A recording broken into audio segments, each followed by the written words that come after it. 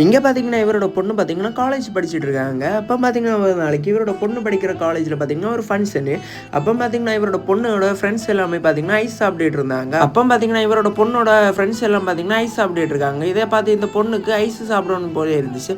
அப்போ பார்த்தீங்கன்னா இந்த பொண்ணுகிட்ட பார்த்தீங்கன்னா காசு எதுவுமே இல்லை. அப்போ பார்த்தீங்கன்னா இந்த பொண்ணு வந்து அழுதுகிட்டே வந்து இவங்க அப்பாட்ட சொன்னாங்க, என் ஃப்ரெண்ட் எல்லாமே ஐஸ் சாப்பிட்டுட்டு இருந்தாங்க, எனக்கு வாங்க காசு எதுவுமே இல்லை அப்படின்னு. இதை கேட்ட இவரும் ரொம்ப ஃபீல் பண்ணிட்டு என் பொண்ணுக்கு நான் தான் ஐஸ் வாங்கி கொடுப்பேன்னு சொல்லி சாக்லேட்லேயே இவர் ஐஸ் மேக் பண்ண தொடங்கினார். அதுக்கு முன்னாடி நான் உங்கள்கிட்ட ஒரு சேலஞ்ச் பண்ணுறேன். யாருக்கெல்லாம் அம்மா அப்பா பிடிக்கணும் பார்ப்போம். உங்களுக்கு அம்மா பிடிச்சா லைக் பண்ணுங்கள், அப்பா பிடிச்சா சப்ஸ்கிரைப் பண்ணுங்கள். இல்லை 2 பேரும் பிடிக்கணும் ஒரு ரெட் கார்ட்டை மட்டும் கமெண்ட் பண்ணியிருப்பாங்க. நானும் பார்த்து தெரிஞ்சுக்கிறேன் எத்தனை பேருக்கு அம்மா அப்பா பிடிக்குன்னு. ஃபைனலாக பார்த்தீங்கன்னா இவரே சாக்லேட்டில் ஒரு ஐஸ் மேக் பண்ணி அதை அந்த பொண்ணுகிட்ட கொடுக்காம அந்த பொண்ணு ரொம்பவே ஷாக் ஆகுது. அது காரணம் என்ன பார்த்தீங்கன்னா அந்த பொண்ணு வெறும் ஐஸ் தான் கேட்டுச்சு. இவர் பார்த்தீங்கன்னா சாக்லேட்லேயே இந்த உலகத்திலே மிகப்பெரிய ஐஸை மேக் பண்ணி கொடுத்துருக்காரு. இப்படி உங்கள் அப்பா ஏதாவது உங்களுக்கு சாக்லேட்டில் மேக் பண்ணி கொடுத்தா நீங்கள் என்ன பண்ணுவீங்கன்னா மறக்காமல் கமெண்ட் பண்ணியிருப்போங்க.